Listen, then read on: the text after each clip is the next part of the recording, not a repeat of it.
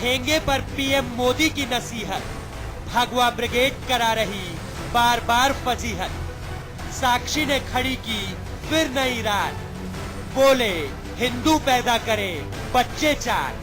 ठेंगे पर नसीहत, साक्षी बेलगाम। साक्षी महाराज बेलगाम हो गए। कौन सी नसीहत, कौन सी लक्ष्मण रेखा, कौन सा पीएम मोदी के विकास का एजेंडा, शायद साक्षी महाराज तो वाकिफ ही नहीं है इन सबसे। उनका तो अपना एक अलग एजेंडा है, बोली से गोली चलाने का, विवादों के बवंडर बनाने का। तो लीजिए, महाराज एक बार फिर हाजिर हैं नए मुद्दे और नई सलाह के साथ, और वो भी फैमिली प्लानर बनकर। ठेंगे पर पीएम मोदी की नसीहत, भगवा ब्रिगेड करा रही बार बार फजीहत। साक्षी ने खड़ी की फिर नई रात, बोले हिंदू पैदा करे बच्चे चार। ठेंगे पर नसीहत, साक्षी बेलगाम। साक्षी महाराज बेलगाम क्यों हैं? माफी मांगते हैं फिर बयान दे देते हैं, आखिर ऐसी स्थिति क्यों है? हरीश श्रीवास्तव जी हमारे साथ जुड़े हैं, बीजेपी के प्रवक्ता है, उनसे हम बातचीत करेंगे, सवाल पूछेंगे। इसके अलावा कांग्रेस से हमारे साथ सत्यदेव त्रिपाठी जी जुड़ चुके हैं। इसके अलावा सीपी राय साहब प्रवक्ता हमारे साथ समाजवादी पार्टी से, मुस्लिम धर्मगुरु मौलाना सुफियान निजामी साहब हमारे साथ जुड़े हुए, समाचार प्लस के मैनेजिंग एडिटर हमारे साथ अमिताभ अग्रवाल जी जुड़े हुए। आप सभी का बहुत बहुत स्वागत है। दरअसल बीजेपी सांसद साक्षी महाराज ने बयान देते हुए कहा कि धर्म की रक्षा के लिए हिंदुओं को 4 बच्चे पैदा करने चाहिए। अब साक्षी के बयान पर सरकार की फजीहत भी हो रही है। सवाल यह है कि साक्षी क्यों हो जाते हैं बार बार बेलगाम? निवेदन करना चाहते हैं कम से कम 4 बच्चे पैदा करो।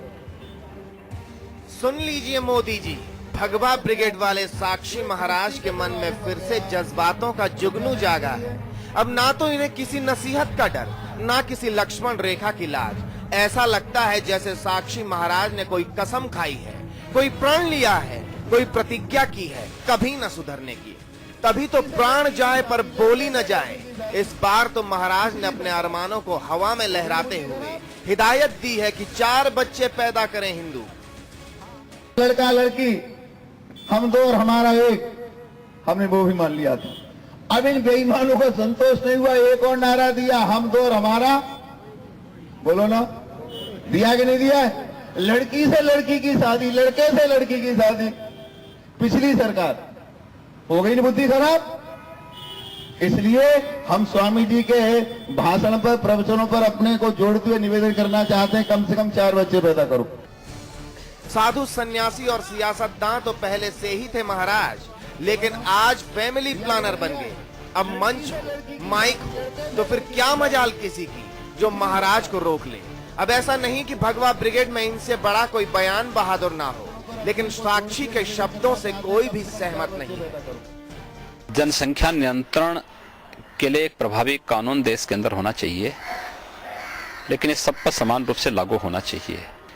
नहीं तो जनसंख्या विस्फोट ही इस देश के लिए एक समस्या पैदा हो जाएगी। इससे मुझे ये जवाब वो स्वयं दे सकते हैं, कौन किस परिप्रेक्ष्य में किस बात को कह रहा है। हर बात का देश काल और परिस्थिति के अनुसार वो किया जाना चाहिए।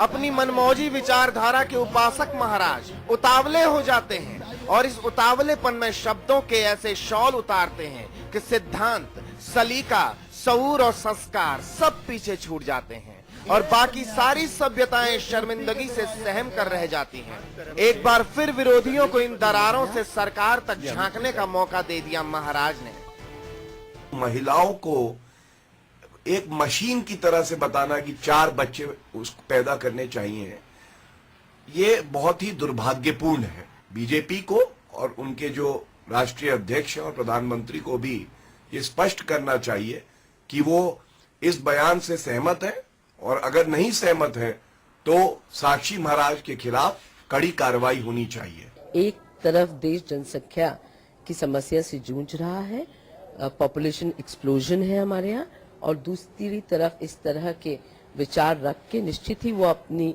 बैंक्रप्सी को दर्शाए। कथनी और करनी में फर्क नहीं होना चाहिए। अशोक सिंघल जी, मोहन भागवत जी समेत सभी संघ के नेताओं के लिए मैंडेटरी हो कि शादी करें और 5 बच्चे पैदा करें। फिर भारतीय समाज के, अन्य हिंदू समाज के लोगों से निवेदन करें तो अच्छा रहे। 100 करोड़ की आबादी हो चुकी है और देश में लोग भूखे मर रहे हैं, खाने को नहीं है। उस वक्त बड़े दुख की बात है कि साक्षी महाराज जैसे बीजेपी के नेता देश का हित न सोच के वोट बैंक पॉलिटिक्स की बात करते हैं। बहरहाल ये पहला मौका नहीं है जब साक्षी जी के शब्दों पर सियासत में शोर हो रहा हो। मंच और माइक देखकर तो मान मर्यादा भूल जाते हैं महाराज। बोली से बोलते हैं तो बवाल मच जाता है। फिलहाल तो ठेंगे पर है नसीहत, क्योंकि साक्षी हैं बेलगाम। लेकिन इस बेलगामी पर बड़ा सवाल ये है कि आखिर क्यों पीएम मोदी की विकास वाली पूंजी में सेंध लगाने पर तुले हैं साक्षी महाराज। को जोड़ते हुए निवेदन करना चाहते हैं, कम से कम 4 बच्चे पैदा करो। ब्यूरो रिपोर्ट के साथ साजिद अली, समाचार प्लस। और हमारे साथ खास मेहमान लगातार बने हुए हरीश श्रीवास्तव जी, सुधर क्यों नहीं रहे हैं साक्षी महाराज? क्यों लगाम नहीं लग पा रही है, बात नहीं आ पा रहे हैं? साक्षी महाराज क्या जी, साक्षी महाराज जो बोल रहे हैं वो उनका निजी विचार हो सकता है। भारतीय जनता पार्टी के इससे कोई लेना देना नहीं है। और हमारे लोकप्रिय प्रधानमंत्री आदरणीय नरेंद्र मोदी जी ने सभी सांसदों को बहुत मजबूती के साथ ये निर्देश दिया है कि वो सबका साथ और सबके विकास। नहीं हरीश श्रीवास्तव जी, बहुत आसान होता है इससे बचने के लिए कि निजी विचार है उनका। इससे पहले जब उन्होंने बोला तो माफी मांगनी पड़ी थी, तब निजी विचार नहीं याद आया था क्या?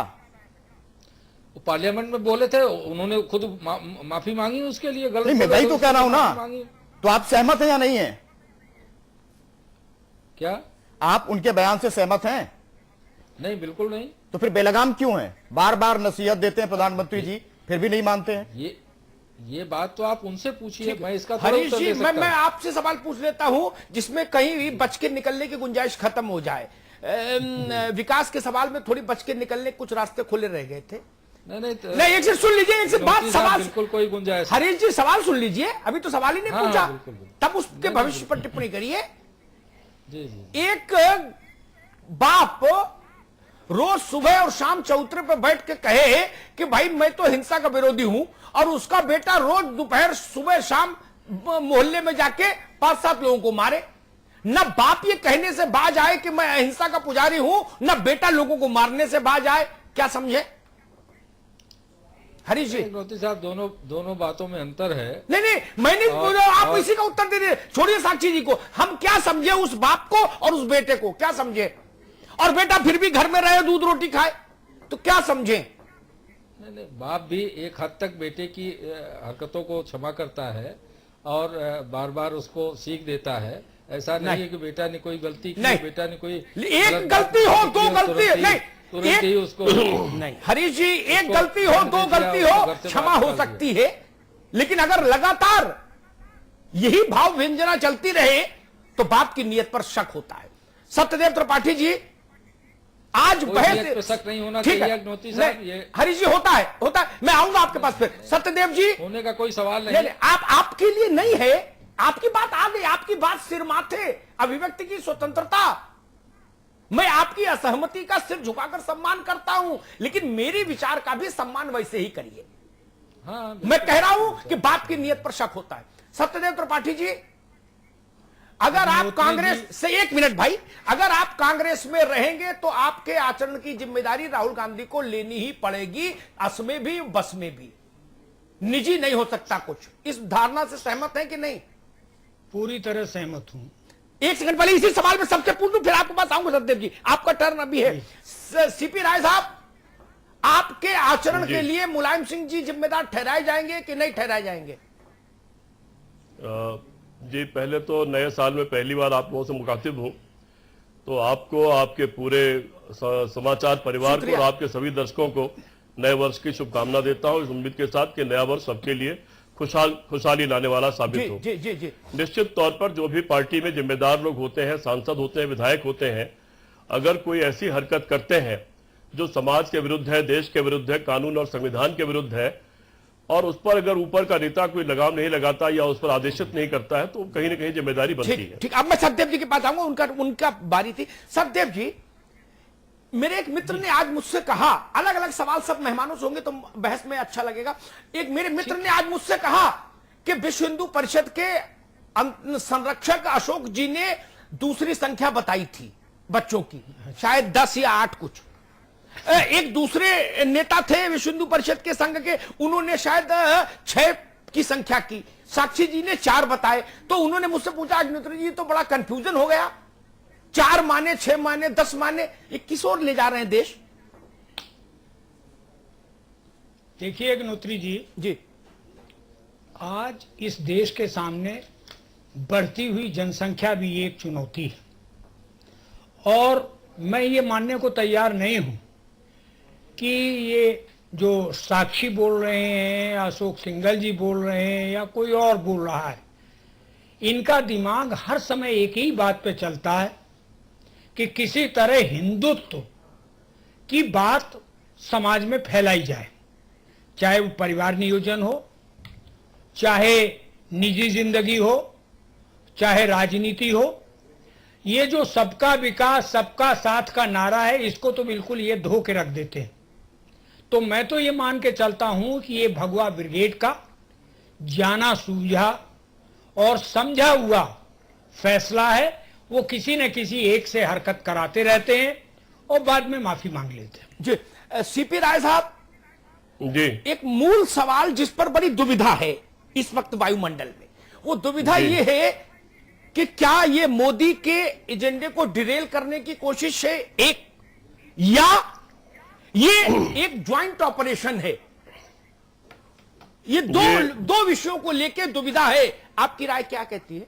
मुझे कोई दुविधा नहीं है जी, क्योंकि मुझे इतिहास याद है, जब अयोध्या में 91 आया था तो उस वक्त का भाषण है यूट्यूब पर, और तब अटल जी ने कहा मैं वहां रहना चाहता था, लेकिन मेरे नेतृत्व ने और सबने कहा कि आप दिल्ली चले जाइए, और वो चले गए थे।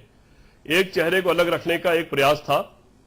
इस वक्त भी मेरा यह मानना है कि संघ परिवार द्वारा एक तय किए गई चीजें हैं, जिसमें एक आदमी कुछ बोलता रहेगा, बाकी लोग कुछ बोलते रहेंगे। और चूंकि अभी तक वादा खिलाफी साबित हुई है सरकार के द्वारा, अभी तक 2 कदम भी किसी रास्ते पर चले नहीं है। देश के सामने जो जो वादे पूरे करने के लिए कह करके आए थे और इतना भारी बहुमत दिया था देश ने, चूंकि उस पर एक कदम भी नहीं चले, एक भी इशू उस पर नहीं लिया। अलग अलग सब चीजें लूंगा तो लंबी हो जाएगी, वो हर आदमी के हाथ में 10-15 लाख जाना, जी उस पर नहीं जाऊंगा, इसीलिए मैं तो अब उस पर चर्चा शुरू हो, वहां उंगली उठने लगे और सरकार लोगों की निगाह में गिरने लगे। उससे बेहतर यह है कि कोई नए इस तरह के मुद्दे छेड़े जाए और जनता को उस तरफ को ले जाया जाए। इसमें सबकी मिली जुली है साजिश है और इसके पीछे और कोई कारण नहीं है। निजामी साहब, एक आखिरी सवाल आपसे ले लूं, फिर विकास जी बहस बढ़ाएंगे आगे।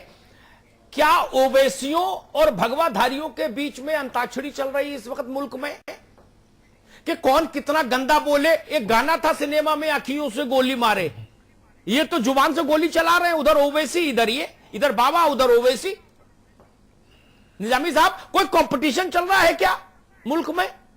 नहीं, बिल्कुल जी, बिल्कुल आपने सही बात कही है। देखिए, ये मुल्क की बदकिस्मती है कि मुसलसल एक अरसे से इस तरह की जुबानें इस्तेमाल की जा रही हैं जो किसी भी मुहज्जब और सभ्य समाज में काबिल बर्दाश्त नहीं है। आपने देखा होगा कि असदुद्दीन ओवैसी ने कोई बात कही, उसके बाद साक्षी महाराज ने कोई बात कही। देखिए, असदुद्दीन ओवैसी हों या साक्षी महाराज हों, इनकी किसी भी बात से न मुसलमानों का कोई मसला हल होने वाला है और न हिंदुओं का कोई मसला हल होने वाला है। इनकी अपनी जाती राय से और इनकी रायों से इनका व्यक्तिगत और जाती तौर पर जो फायदा हो रहा है वो सबके सामने है। इनको हुकूमत में अपना एक मकाम बढ़ाना है और इनको अपना जाती फायदा हासिल करना है, इसलिए ये समझे रणनीति आप बता रहे हैं, बयान दे रहे हैं।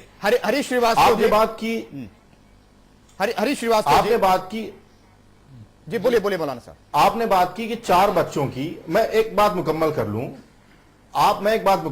देखिए, एक रिक्शा चलाने वाला, एक मूंगफली का ठेला लगाने वाला या मुझ जैसा एक अदना आदमी अगर इस तरीके की बयान देगा तो न अग्निहोत्री साहब को कोई एतराज होगा, न किसी और को कोई एतराज होगा।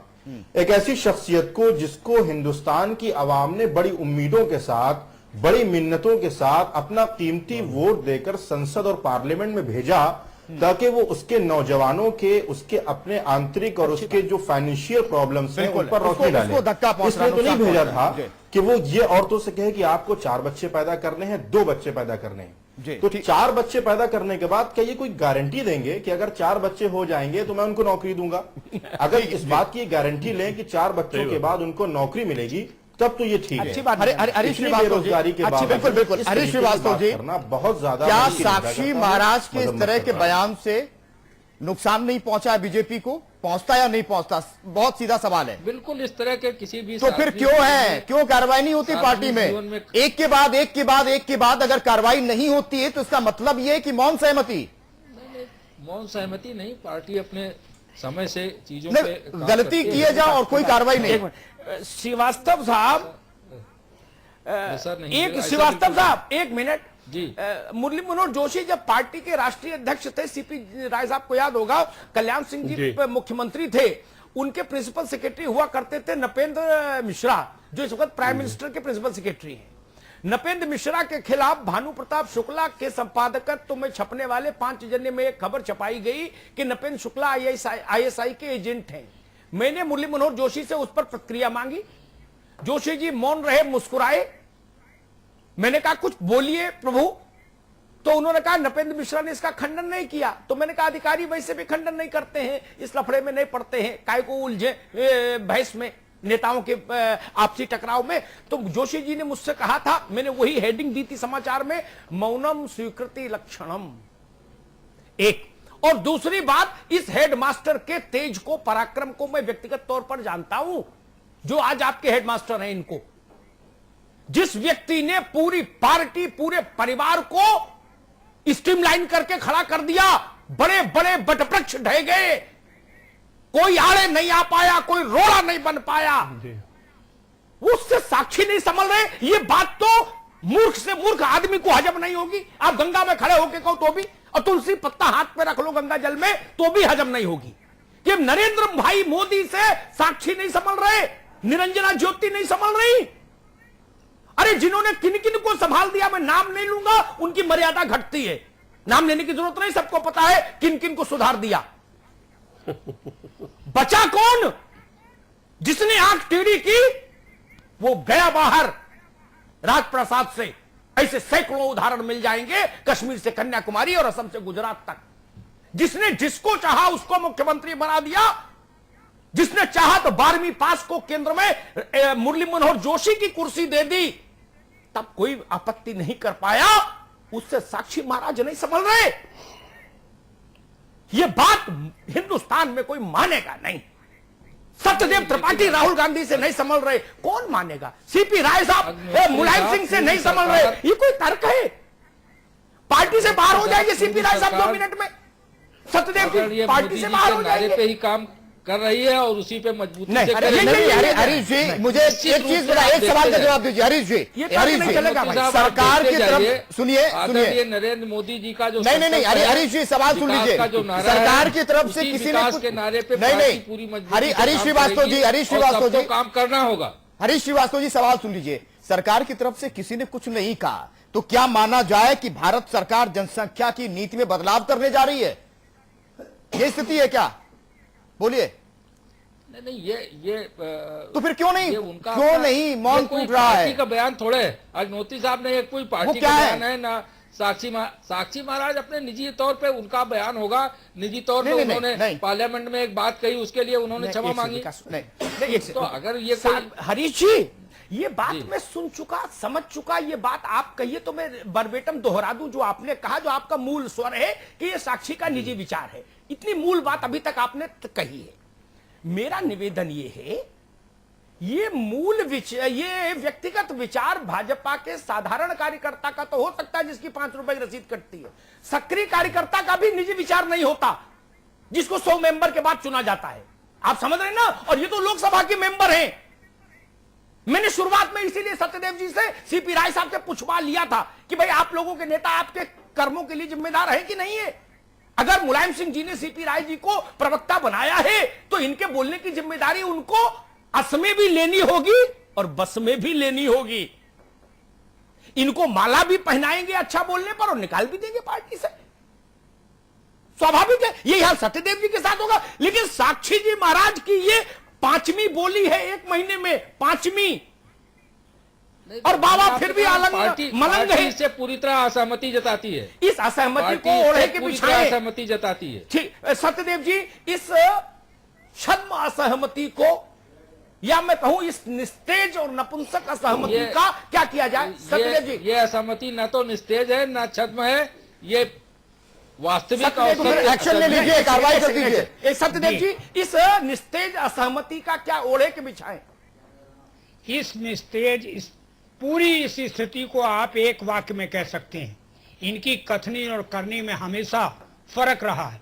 और यही कारण था कि 1977 की जनता पार्टी कई हिस्सों में बट गई। मैं वो सारी चीजें रिच की घटना से लेके, शांता कुमार से लेके और नानाजी देशमुख के उन बयानों को कोट नहीं करना चाहता हूं। ये लोग, इनका भगवा ब्रिगेड कुछ बोल देता है और पार्टी के नेता फिर उस पर लीपापोती करते हैं।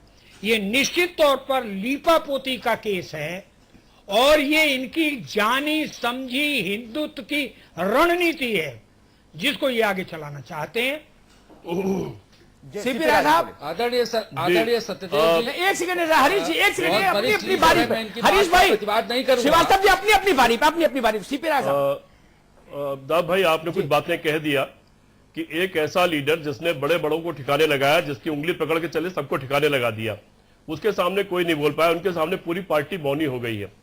मुझे इसी पार्टी का इतिहास भी याद है, मुझे बलराज मधोक भी याद है जो इस पार्टी के राष्ट्रीय अध्यक्ष हुआ करते थे और कैसे बाहर हुए। मुझको इसके बहुत महत्वपूर्ण महासचिव भी याद हैं जिन्होंने एक केवल डायलॉग बोल दिया था और मुखौटा कह दिया था किसी को और पार्टी से बाहर कर दिए गए थे। तो पार्टी में निर्णय होते हैं जब पार्टी में सहमति असहमति सचमुच में हो। लेकिन मैंने शुरू में कहा यहां पर ये आरएसएस के पूरे परिवार की सहमति से सब चीजें हो रही हैं, जिससे सरकार की असफलताओं से लोगों का ध्यान हटाया जा सके और नई बहसें छेड़ी जा सके, और वो बहसें छेड़ी जा सके जो इस हिंदुस्तान के हक में नहीं है, इस हिंदुस्तान के हित में नहीं है। इन लोगों, आज हिंदुस्तान अगर चौथी बड़ी आर्थिक ताकत है तो किसी बाबा के बूते पर नहीं है, स्वामी के बूते पर नहीं है, ये आईटी के बूते पर है, ये विकास के बूते पर है, ये नौजवानों के कामों के बूते पर है। और ऐसी परिस्थितियों में अब फिर औरत को एक मशीन मान लेना, आप कौन होते हैं ये कहने वाले कि औरत 4 बच्चे पैदा करे? आजकल नए बच्चे तय करते हैं, हम पहले ये काम करेंगे तब बच्चे पैदा करेंगे, प्लान करते हैं वो। आप ये आदेश करने वाले कौन होते हैं? क्या कोई तालिबानी शासन इस देश में आने वाला है जिसमें आप बच्चे पैदा करने तय करेंगे, आप खाना तय करेंगे, आप कपड़ा तय करेंगे, आप शिक्षा तय करेंगे? क्या ये सारी चीजें आप तय करेंगे इस लोकतांत्रिक देश में? मुझे इस बात पर ऐतराज है और मेरा ये आरोप है ये संघ परिवार की सोची समझी साजिश है असफलताओं से ध्यान हटाने के लिए। मौलाना साहब के पास जाऊंगा, उससे पहले हरीश जी, प्रधानमंत्री जी ने कहा कि अब अगर कोई इस तरह की बयानबाजी करेगा, सख्त संदेश दिया था, तो हम एक्शन लेंगे, ठोस एक्शन लिया जाएगा। इससे पहले 2 घटनाएं हो चुकी जिनमें माफी भी मांगी, आपको पता है कैसे माफी मांगी। इसमें तो माफी मांगने के लिए भी कोई नहीं कह रहा है, फिर क्या मतलब है? कार्रवाई तो छोड़ दीजिए। ऐसा बिल्कुल नहीं है। नहीं तो माफी मांगने के लिए क्यों नहीं बोला जा रहा है? यानी कि सहमति है, जो उन्होंने कहा अच्छा कहा, महिलाओं को मशीन मान लिया अच्छा कहा, पार्टी का मतलब यही है। पार्टी नेतृत्व अपने समय से निर्णय लेगा चीजों पर। प्रधान वो एमपी हैं, एमपी है, ठीक है, एमपी है, मालूम है एमपी है, लेकिन पार्टी नेतृत्व निर्णय लेता है तमाम चीजों पर। तो अभी संशय बनता है निर्णय क्यों नहीं हो पा रहा है? कुछ घंटे में जब कह दिया जाता है कि माफी मांगिए, गलत कहा है। अभी बहुत सारी बातें आदरणीय सीपी राय जी और नहीं, मेरे सवाल का जवाब दो। नहीं, हरीश श्रीवास्तव जी, नहीं, मेरे सवाल का नहीं, हरीश श्रीवास्तव जी, पार्टी के जवाब नहीं है तो बोल दीजिए जवाब नहीं है। क्या मेरे सवाल का जवाब दीजिए? किसी ने माफी तक के लिए क्यों नहीं कहा अभी तक? मैंने बताया ना आपसे कि समय पे पार्टी निर्णय लेगी। तो समय कब होगा? 2017 के बाद का समय होगा क्या? 2017 के बाद का जी, मतलब कोई 1 साल पहले का बयान है क्या साक्षी महाराज? वो सब समझ रहे हैं। साक्षी महाराज का बयान महीने भर पहले का हो गया क्या? आप समय बता दीजिए। हरीश जी, इन बातों को टाला नहीं जा सकता क्योंकि इस बातें सतह पर आ गई। मैं एक उदाहरण देता हूं आपको, उससे समझ में बेहतर आएगी चीज भाजपा वालों की भी। सीपी राय साहब, सत्यदेव त्रिपाठी जी, मौलाना साहब थोड़ा गफलत में। जब कुल के राम ने क्या कहा सीपी राय जी, राम ने जब परिचय कराया बंदर भालू सबसे, विभीषण और हनुमान जी सब लोग जब अयोध्या पहुंचे तो वशिष्ठ मिले तो उन्होंने कहा कुल वशिष्ठ गुरु पूज्य हमारे, जिनकी कृपा असुर रन मारे। ये हमारे कुल के पूज्य वशिष्ठ है। तो जो कुल पूज्य हैं वशिष्ठ, मोहन राव भागवत जी, उन्होंने क्या कहा? ये सब उन्हीं के वंशज हैं। उन्होंने क्या कहा मोहन राव जी ने? उन्होंने कहा कि भाई हमारा माल था, दूसरे ले गए, हम अपना माल वापस लाएंगे। जिसको दर्द होता हो तो दर्द हो। अभी तो हरीश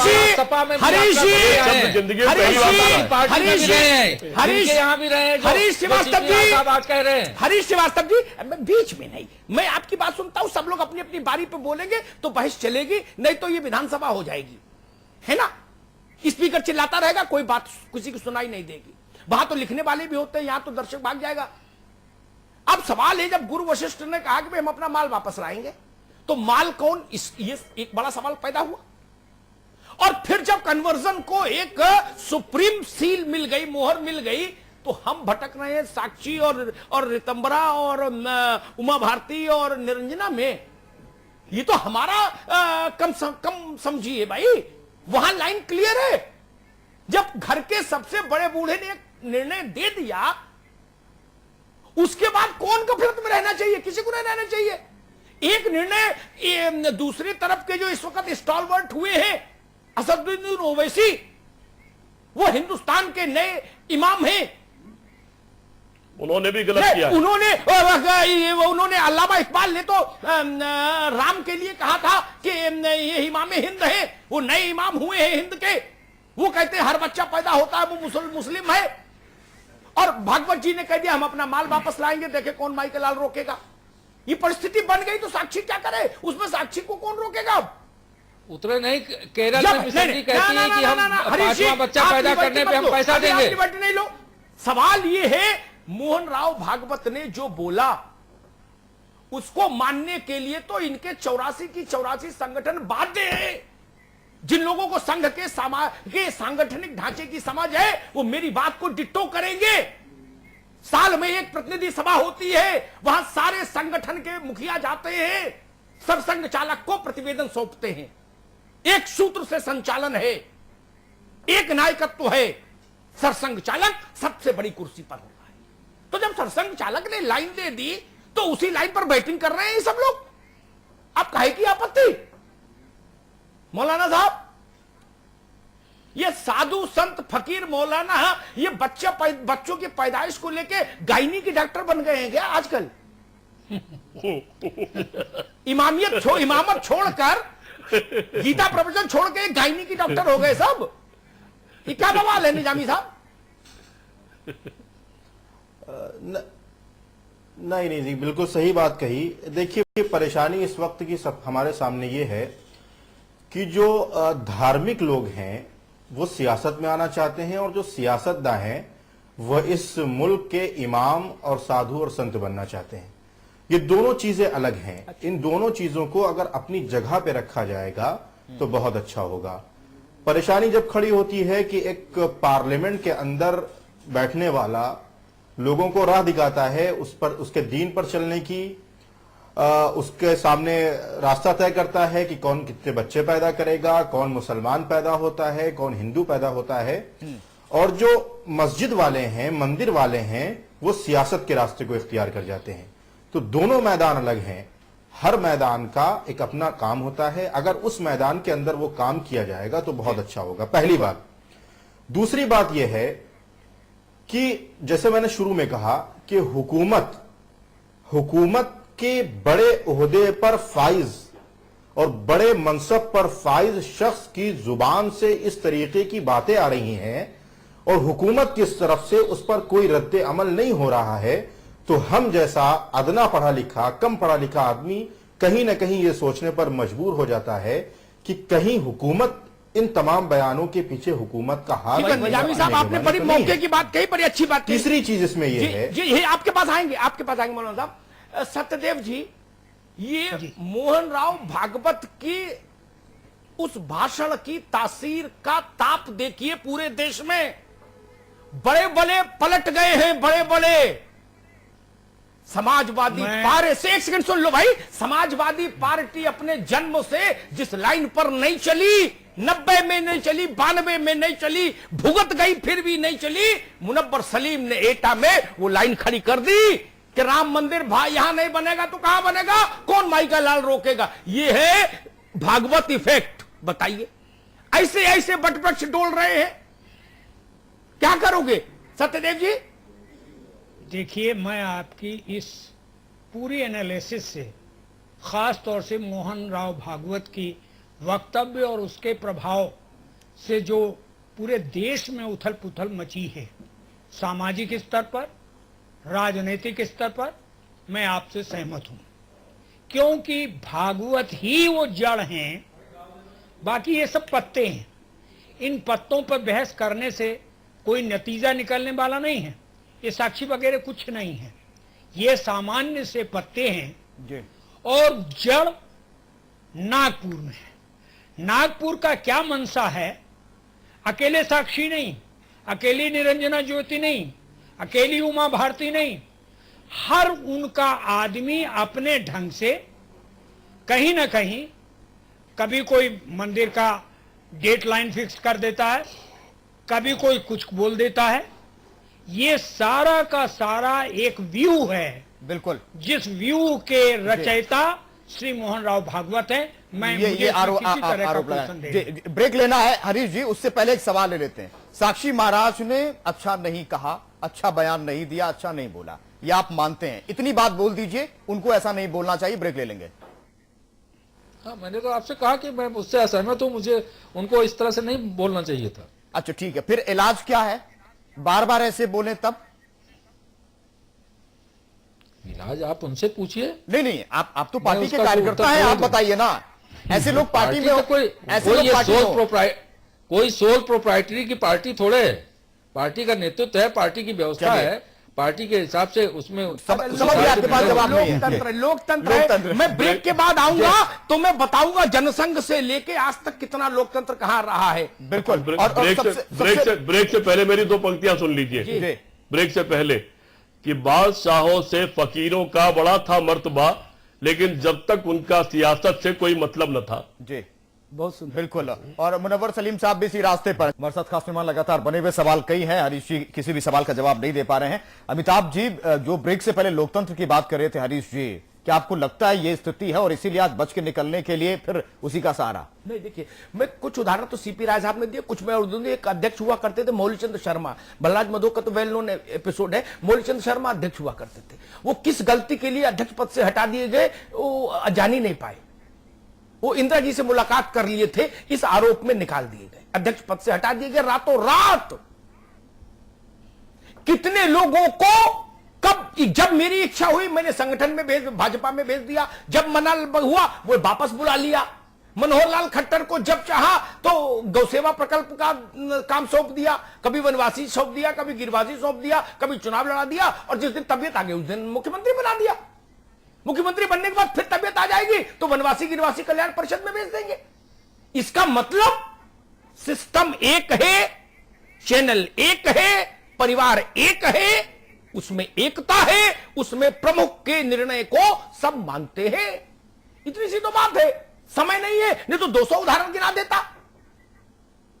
आपकी पार्टी के राजयोग का शिल्पी, आपकी पार्टी के राजयोग का शिल्पी जो आदमी था, जिसने 5 बार हिंदुस्तान पाव नहीं देश भर में जिसने 5 बार पूरा हिंदुस्तान नापा इस बुढ़ापे में, उसकी एक गलती सरसंघ चालक को नागबार गुजरी तो उनसे नमस्ते करने वाले ढूंढना मुश्किल हो गया भाजपा के भीतर। हमने वो दौर देखा नहीं क्या? मुझे कोई, मैंने कहा गंगा में खड़े हो जाओ, तुलसी हाथ में ले लो, फिर भी मैं नहीं मानूंगा कि सरसंघ चालक की इच्छा उनका निजी विचार है। ना, वो पूरे परिवार के लिए एक आदेश है, ये जान लीजिए। जैसे समाजवादी पार्टी में मुलायम सिंह जी का कोई निजी विचार नहीं होता, वही विचार पूरी पार्टी का है और रखना पड़ेगा, अस में भी और बस में भी। अगर पार्टी में रहना है, नहीं तो राधे राधे करो भाई, दूसरी जगह जाओ। बसपा में मायावती जी, कांग्रेस में सोनिया जी, वैसे ही इस परिवार में सरसंघ चालक। ये जान लीजिए। इसलिए ये तर्क वितर्क से कोई अंतहीन है, ये यात्रा निरर्थक है अगर हम इस बहस में उलझे कि ये उनका विचार है, ये इनका विचार है। नहीं, मूल प्रश्न क्या था? मूल प्रश्न था कि क्या नरेंद्र मोदी जितने बड़े कद के नेता को ओवर रूल कर सकता है कोई साक्षी महाराज, कोई निरंजना ज्योति? बच्चे बच्चे से पूछ लीजिए, हर आदमी कहेगा नहीं। अरे भाई, जब 56 इंच का सीना है तो उनको कौन ओवर रूल करेगा? राय साहब, कोई नहीं कर सकता। लोगों को पता है, उनके चेहरे पर वोट आया, उनके नाम पर वोट आया। मुलायम सिंह जी ने सफाई में स्वीकार कर लिया कि मुझे अंदाज नहीं था कि कहर बन के टूटेगा। उन्होंने कहा कि मैं आजमगढ़ में राम राम कह के जीत पाया। जब शिवपाल, रामगोपाल, धर्मेंद्र सब ने घर घर जाके वोट मांगा तब मुश्किल से जीत पाया। ऐसी बुरी गत कभी नहीं हुई, माना। तो उस आदमी को साक्षी जी उनके कंट्रोल से बाहर है। ये बात मत कहिए, इतनी बात कहिए कि हमारी रणनीति है कुछ दिन साक्षी जी को खेलने खाने देंगे तो बात समझ आ जाए। हरीश जी, अब आप महिलाओं का कोई अपमान करता है तो आप डंडा लेकर पीछे पड़ जाते हैं, है ना ऐसा? और जो महिलाओं को मशीन बता दे बच्चे पैदा करने की, उस पर मौन हो जाइए। बात ये तो ये महिलाओं का अपमान नहीं है क्या? वाले नहीं, आप तो इस तरह से कि वकील भी आप ही, जज भी आप ही, जो चाहे सो जजमेंट आप बता दीजिए। महिलाओं का जो अपमान करे वो आपकी पार्टी में व्याख्या कर दे, ये कौन सी बात हुई? तमाम लोग तरह तरह की बात कर रहे हैं, उसमें महिलाओं को मशीन बनाने जैसी कौन सी बात है? नहीं तो क्या है ये? 10 बच्चे पैदा करने चाहिए, 4 बच्चे पैदा करने चाहिए, क्या है ये? आप ही बता दीजिए। बहुत सारे लोग बहुत तरह की बात कर रहे हैं। नहीं, अब उसको हर चीज को आप जो है महिलाओं के अपमान के लिए आप डंडा लेके पीछे भागते हैं। सीपी राय साहब, ये महिलाओं का अपमान नहीं है क्या? एक सेकंड, ये महत्वपूर्ण बात हरीश भाई इसलिए नहीं है, इसलिए है क्योंकि आप हुकूमत हिंदुस्तान में हैं, आप हुकूमत चला रहे हैं। इसलिए आपका, जैसा अभी मौलाना साहब ने बहुत अद्भुत बात कही थी कि मूंगफली बेचने वाला, अंडा बेचने वाला कोई बोले तो क्या फर्क पड़ता, मुल्क क्यों बहस करेगा? लेकिन दिक्कत तब होती है जो कानून बनाने वाले हैं वो लोग बोलते हैं तो उसका मतलब होता है ना। इसलिए हम चिंतित हैं। ये अरे भाई आप तो अपनी व्याख्या कर रहे हो, आप ही जज, आप ही वकील, ये भाव नहीं है। नहीं, ठीक बात है, लेकिन हम भी तो आपसे कुछ कह रहे हैं। ये ननकू होते हैं, ये ननकू होते मूंगफली इससे सहमत है। अरे भाई हरीश श्रीवास्तव जी, ये ननकू होते, मूंगफली बेच रहे होते भोगांव में, मैं बहस करने थोड़ी ना आता। ये रज्जाक होते वहां नल ठीक कर रहे होते गोंडा में, तो मैं नहीं आता बहस करने। ये पार्लियामेंट के मेंबर है भाई, रूलिंग पार्टी के प्रभावशाली नेता है। कल उत्तर प्रदेश में एक जाति विशेष के वोट के लिए ये कैंपेन के स्टार कैंपेनर होंगे। इनकी बात पर तो बहस करनी पड़ेगी ना राय साहब जी। इनकी बात को क्या इसलिए छोड़ दिया जाए कि साक्षी है भाई? बहस से कोई थोड़े मना कर रहा है, लेकिन इस तरह से बात को खड़ा करना को महिलाओं को अपमान कर दिए, बिल्कुल अपमान। इसलिए पार्टी का अपना सिस्टम नहीं, हरीश जी इसमें सिस्टम का प्रश्न ही नहीं है। अपमान मैं बता दे रहा हूं, जो विकास ने कहा अपमान मैं बता दे रहा हूं कैसे अपमान हो गया। साधु सन्यासी को इस गाइनोकोलॉजिकल जो साइंस है इसमें पढ़ने की जरूरत कहां? भारत तो लोकलाज का देश है। ऐसी सलाहें तो सासें देती हैं, वो भी बंद कमरे में धीरे से कान में घूंघट में बहू के, ससुर भी नहीं देता। आपने सुना गांव में कोई ऐसा ससुर जो बहू के में 4 बच्चे पैदा करना, जेठ के ने 5 और चचा ससुर का तुम्हें मेरी कसम 10 पैदा करना? ऐसा होता है क्या? मजाक है? अरे सास शिक्षा जता दे इतने बहुत है, आजकल तो सासें भी नहीं जताती। राय साहब भाई, ये साधु सन्यासी मौलवियों को ये गायनोकोलॉजी पढ़ने का क्या नया चस्का चला है? मैंने तो शुरू में अपनी बात कह दिया, एक रणनीति के तहत से सारी चीजें हो रही हैं। ये विवाद अच्छा ये बताइए, जिस आदमी ने ये बयान दिया कि जो हमें वोट नहीं देगा उसे पाकिस्तान भेज देंगे, और वो आदमी मंत्रिमंडल में बैठा है, दूसरा आदमी ऐसा ही बात कह करके मंत्रिमंडल में बैठा है, और आपने खुद ही कह दिया माल शब्द तो मैंने जिंदगी में पहली बार सुना। राजनीति में बहुत साल हो गए, त्रिपाठी तो बहुत सीनियर, हमारे बहुत सीनियर है। राजनीति में या जनता के लिए किसी ने माल शब्द का इस्तेमाल किया हो, ये तो अभी तक, और कई विषय की पढ़ाई किया मैंने, इस शब्द का कभी इस्तेमाल देखा नहीं मैंने। तो आपने खुद ही जो समीक्षा किया वो आपकी समीक्षा सहमत है कि जब सर्वोच्च व्यक्ति कोई लाइन दे देगा और लाइन 2021 की तय हो रही हो, उसकी रणनीति तय हो रही हो, तो उसमें इस तरह की चीजें आएंगी। और उसमें मीडिया हो, लेखक हो, कवि हो, शिक्षक हो, राजनीतिक कार्यकर्ता हो, जो जागरूक लोग हैं, उनका चिंतित होना स्वाभाविक भी है और आपकी चिंता जायज है। उस चिंता के नाते ही बहस कर रहे हैं आप। हमसे भी गलती होती है, आप उसको भी पूरी ताकत से बहस करते हो और हमको बख्शते नहीं, उसकी बखिया उधेड़ते हैं आप, क्योंकि वो आपका कर्तव्य है, हर जागने वाले आदमी कर्तव्य है कि देश को जगाता रहे उन मुद्दों पर जो देश के खिलाफ जाती हो या जिसमें देश के खिलाफ साजिश की बू आती हो। सत्यदेव जी, जब समय आएगा हरीश श्रीवास्तव जी के मुताबिक तो हो सकता है पार्टी कह दे नेतृत्व वो माफी भी मांग लें। एक बार तो मांग चुके हैं, एक बार माफी मांग लो, 2 बार मांग लो, बात खत्म हो जाती है क्या? उस जो एक नहीं, माफी मांगने से भी क्या बात खत्म हो जाएगी क्या? विकास जी, राजनीति में सामाजिक सरोकार अपनी जगह हुआ करते हैं जी। राजनीति कोई फकीरों और बाबाओं और ये धर्म गुरुओं का हवन कुंड नहीं है। राजनीति समाज और देश निर्माण के लिए एक ऐसी विधा है जिसके हर वाक्य पर बहस होगी। ये केवल वाक्य छोड़ देने से काम नहीं बनेगा कि हमने वाक्य बोल दिया और हम वापस किए लेते हैं। मैं अग्निहोत्री जी की इस बात से पूरी तरह सहमत हूं। ये पूरा का पूरा चक्रव्यूह श्री मोहन राव भागवत का है, जो अपने ढंग से चल रहा है और ये देश के लिए बड़ा खतरा है। और सरकार का न बोलना इससे भी ज्यादा बड़ा खतरा है। सरकार के किसी न किसी मंत्री को, खास तौर से इनका जो स्वास्थ्य और परिवार कल्याण देख रहा हो, उसे ये कहना चाहिए था कि भारत सरकार की परिवार कल्याण के प्रति ये नीति है, इसके खिलाफ कोई भी सांसद कम से कम बिल्कुल उस पार्टी का जो सत्ता में बैठी है उसे बोलने का हक नहीं है। लेकिन अभी तक तो मैंने किसी परिवार कल्याण मंत्री का या स्वास्थ्य मंत्री का कोई वक्तव्य देखा नहीं जी। एक बात मैं सत्यदेव, एक बात मैं कहूंगा हरीश जी के संज्ञान के लिए। हरीश जी, विकास का बड़ा जोर है कि माफी हो जाए, मैं इससे सहमत नहीं। पूछिए क्यों? मेरी बात से मौलाना साहब सहमत होंगे, राय साहब और सत्यदेव जी भी सहमत होंगे, जो भी लोग थोड़ा बहुत कानून से वाबस्ता रहे वो सब सहमत होंगे। 2 तरह के मामले जज के सामने आते हैं। एक आता है पहली बार अपराध किया तो जज उसके साथ सहानुभूति पूर्वक विचार करता है। एक शब्द है कानून में हैबिचुअल ऑफेंडर, यानी परंपरागत रूप से आदतन अपराध करने वाला बाजीगर, उसके पास सबूत कम भी हो उसके खिलाफ तो जज उसको रगड़ देता है। यही कानून की मर्यादा है, क्योंकि वो जानता है कि ये तो भैया कई बार आ चुका है, बोले फिर आया, बोले आपकी इसको डबल सजा दो तब सुधरेगा। ठीक है ना? अब माफी वाली स्टेज चली गई, वो तो गोडसे के साथ गुजर गई माफी वाली स्टेज, गोडसे राष्ट्रभक्त है। अब ये तो हैबिचुअल ऑफेंडर हो गए। मैंने कहा ना 1 महीने में 5 ओवैसी हो, साक्षी हो, ये लोग हैबिचुअल ऑफेंडर हैं हिंदुस्तान में। इनके ऊपर लगाम नहीं लगाएंगे तो हिंदुस्तान तबाह हो जाएगा, जान लीजिए। सही बात। इन ओवैसियों के, इन साक्षियों के मुंह पर ताला लगाइए। अगर नरेंद्र मोदी को सबका साथ सबका विकास करना है और सबका साथ छोड़ो, हरीश जी आप तो पुराने आदमी हो, आपको 2002 के अटल बिहारी वाजपेयी याद नहीं? मुझे याद है, मैं मिलता था उनसे हर दूसरे तीसरे जब वो प्रधानमंत्री थे। लखनऊ तो कम जाते होंगे, यहां तो मैं मिलता ही था खूब आराम से। उनकी निरी चेहरा मैंने देखा है।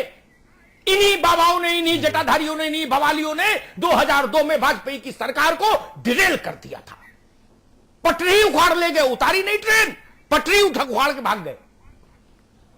अगर सत्ता में भी रहना चाहते हो तो ओवैसियों पर, साक्षियों पर आपको लगाम लगानी होगी, यह आपकी जिम्मेदारी है।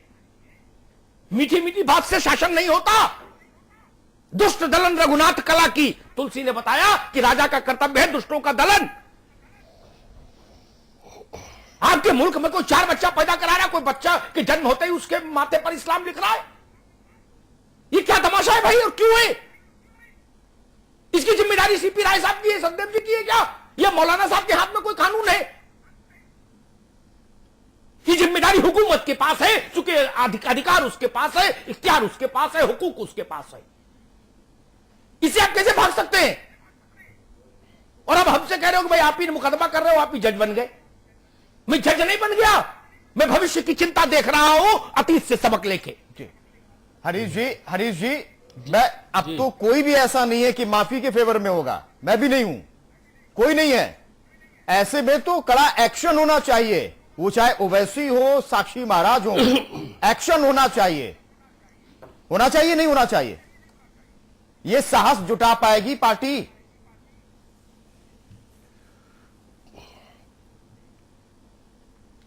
बोलिए हरीश जी, आप ही से सवाल है। मैंने कहा ना कि पार्टी का अपना सिस्टम है, पार्टी अपने नहीं, क्या सिस्टम है वही तो बता दीजिए। ऐसे शख्स के लिए क्या सिस्टम है जो महिलाओं को मशीन समझे, जो गोडसे को सुनिए तो देशभक्त का बता दे, उसके लिए क्या सिस्टम है पार्टी में, आप बता दीजिए।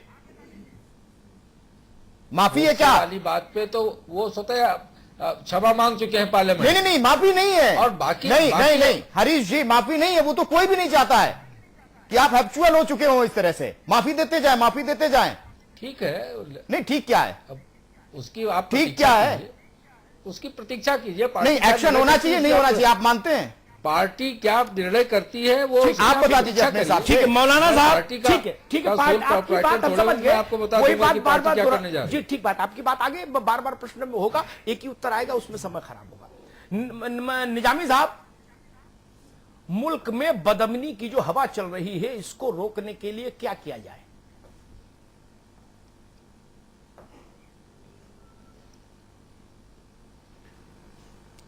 नहीं, बिल्कुल सही सवाल है। देखिए, अल्लामा इकबाल का एक बहुत मशहूर शेर है जी, कि उन्होंने उस शेर के अंदर, मैं समझता हूं पूरी डिबेट का जो निचोड़ है, पूरी डिबेट का जो लुब्बे लुबाब है, वो उसी में है। उन्होंने कहा है कि तू इधर उधर की ना बात कर, ये बता कि काफिला क्यों लुटा, मुझे रहजनों से गरज नहीं, तेरी रहबरी का सवाल है। तो सवाल यहाँ पर है कि वजीर आजम साहब जिन्होंने 2014 के इलेक्शन में सबका साथ सबके विकास का नारा लगा था, तो क्या ये सबका साथ सबका विकास इस तरीके का है? आपने अभी हाल ही में देखा होगा, मैं एक एग्जांपल दे रहा हूं आपको, कि जन जागरण समिति के राजेश्वर सिंह ने एक बात कही थी कि 2021 के अंदर पूरे हिंदुस्तान में जो आवाम है उसको हिंदू बना दिया जाएगा।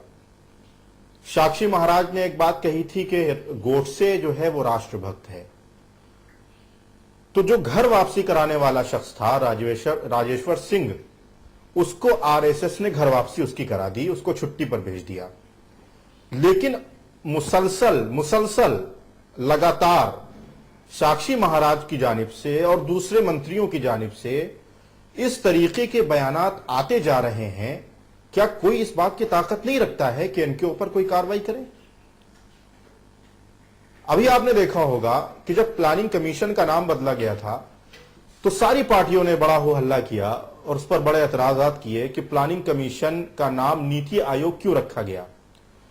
मेरे अब समझ में आया है कि हो सकता है प्लानिंग कमीशन के अंदर यह बात ना हो कि औरतों को 4 बच्चे पैदा करने हों, लिहाजा नीति आयोग नाम रखकर उनकी पार्टी के एक जिम्मेदार के जरिए से यह ऐलान करा दिया गया कि नीति आयोग जो बनाया गया है वो इसलिए बनाया गया है कि अब जो औरतें हैं उनको 4 बच्चे पैदा करने पड़ेंगे। ठीक है, बिल्कुल।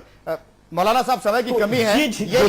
यही बात पुरजोर तरीके से क्या होती है, यही बात पुरजोर तरीके से क्या आप मतलब ओवैसी के लिए या साक्षी महाराज के लिए आप कम से कम लामबंद होंगे कि ओवैसी ने भी जो मुसलसल लगातार इस तरह का करते जा रहे हैं उनके खिलाफ भी एक्शन हो और आप लोग आगे आएंगे? बिल्कुल बिल्कुल। देखिए, चाहे साक्षी महाराज हो, ओवैसी की, जी बिल्कुल, ओवैसी की कल हमने अपने बयानात में मुस्लिम उलमा ने, मुस्लिम धर्म गुरुओं ने ओवैसी के उस बयान की निंदा की है। बिल्कुल। और देखिए, ये जो बयानात हैं, चाहे साक्षी महाराज, बिल्कुल, जो भी समाज, मैंने कहा कि ये का काम करे, व्यक्तिगत और जाती फायदा होगा, बिल्कुल कौम का और आवाम का कोई फायदा नहीं। सबको मुखर होकर उसका विरोध करना चाहिए, जो भी हो। समय की कमी है, मिताब जी संपादकीय। देखिए, मैं 3, 4, 5 बिंदु बस एक एक लाइन में कहूंगा। पूरी जिम्मेदारी से जो बोल रहा हूं उसकी जिम्मेदारी ले रहा हूं। सरसंघ चालक ने कहा कि घर वापसी होती रहेगी, क्योंकि ये हमारा अधिकार है, जिसको तकलीफ होती रहे वो संसद में कानून लाए। इसके बाद ये बहस खत्म हो जानी चाहिए कि राजेश्वर सिंह को छुट्टी पे भेज दिया या नहीं भेज दिया। राजेश्वर सिंह बहुत छोटे आदमी हैं उस पूरे नेटवर्क में, बच्चे हैं, अबोध शिशु। करोड़ों राजेश्वर सिंह पैदा हो जाएंगे। इसका मतलब है घर वापसी चलेगी। एक चीज मान लीजिए, गांठ में बांध लीजिए मेरी बात, हो सकता है झंडा डंडे के साथ ना चले, माइक के साथ ना चले। दूसरा, मेरा सवाल हमेशा यह रहा, यह कौन सा मौसम आया है जिसमें जाड़े में तरबूज फल रहा है? हमने तो गंगा की कटरी में लपट में तरबूज होते देखा है। गोडसे की मूर्ति भी अभी लगाने वाले जिंदा हो गए, गोडसे को राष्ट्रभक्त बताने वाले जिंदा हो गए, हर बच्चा मुसलमान है ये बोलने वाले लोग हिंदुस्तान में सिर उठाने लगे। ये बवाल है ही क्या? मौसम में खोट है, कहीं मौसम में खोट है। आदमियों में खोट मत गिनो मौलाना निजामी, उंगलियां थक जाएंगी, गिनती भूल जाओगे। कितने सर गिनोगे? ये मौसम में खोट है कि जाड़े में तरबूज फल रहा है। मैं नाम लेके आलोचना नहीं करूंगा, सिर्फ इशारों में बात करूंगा। तीसरी बात, मुझे समाजवादी पार्टी किससे क्या बयान देते हैं लोग, मेरी सेहत में फर्क नहीं। भाजपा, अमित शाह की नेतृत्व वाली भाजपा क्या करती है, वो स्वतंत्र है, चाहे जो करे, गलत सही जो उसकी समझ में आए जो डंडा चलाए। मेरे लिए जवाबदार हिंदुस्तान के प्रधानमंत्री हैं और उत्तर प्रदेश में अखिलेश यादव है। सरकार पार्टी नहीं होती, सरकार संविधान के प्रति जवाबदार होती है, पार्टियों के प्रति नहीं। यह सरकार 1.25 अरब लोगों की है, ये राजेश्वर सिंह की नहीं है सरकार अकेले। और ना उत्तर प्रदेश की सरकार 1 लाख, 2 लाख, 5 लाख समाजवादी पार्टी के कार्यकर्ताओं की सरकार है, 22 करोड़ लोगों की सरकार है। एक तो ये अंतर गांठ बांध लीजिए, आगे बहस में इस बात को भी ध्यान में रखें हम लोग। पार्टी निर्णय करेगी, अरे पार्टी इनको दूध मलाई खिलाई साक्षी जी को, अमित शाह जाने पार्टी जाने, सरकार कहां है? मैं तो हुकूमत हिंदुस्तान को बुलावा देने आया हूं। मैंने कब कहा अमित शाह जी सुनो? एक बार नहीं बोला अपने संबोधन में। मैंने तो कहा प्रधानमंत्री जी सुनिए, संविधान की शपथ अमित शाह जी ने नहीं ली, लक्ष्मीकांत वाजपेयी जी ने नहीं ली। हिंदुस्तान के आईन से प्रधानमंत्री और उनकी सरकार बंधी है। इस बात का उत्तर मुझे कोई नहीं दे पा रहा, आलिम फाजिल कोई, संत मौलाना कोई नहीं बता पा रहा कि यह मौसम कैसे बदल गया। इससे पहले गोडसे की मूर्ति के लिए भूमि पूजन करने वाले हिंदुस्तान में क्यों नहीं आए? 4थी शताब्दी तो मुझे हो गया पत्रकारिता करते हुए, 4थी शताब्दी कोई बहुत छोटा समय भी नहीं होता। ये ठीक है कि मैं लोहिया जी के समय नहीं था, लेकिन जयप्रकाश जी के समय था।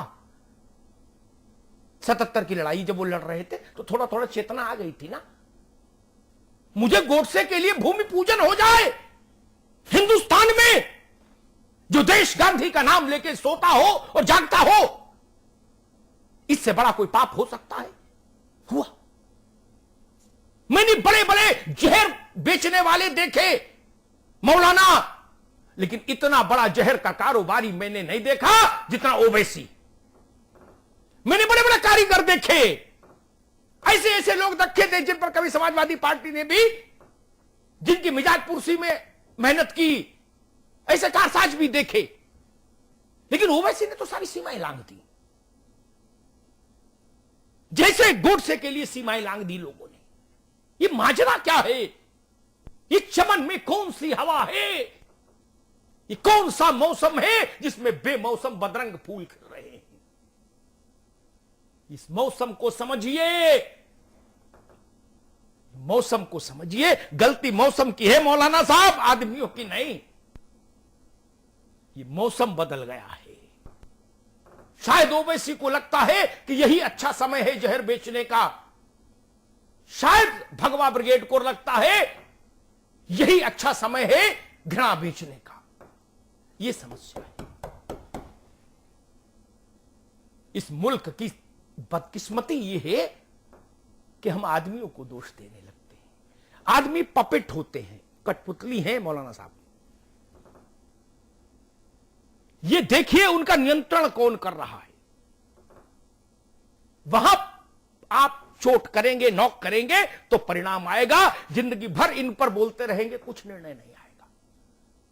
मेरी पीड़ा यह है, यह मौसम बदलना चाहिए हिंदुस्तान का। हिंदुस्तान ने किसी भी किस्म के अतिवाद को स्वीकार नहीं किया, और मैं राजनीतिक व्यक्ति नहीं हूं कि मुस्लिम अतिवाद पर मुंह छुपा के बैठ जाऊं और हिंदू अतिवाद पर चिल्लाऊं।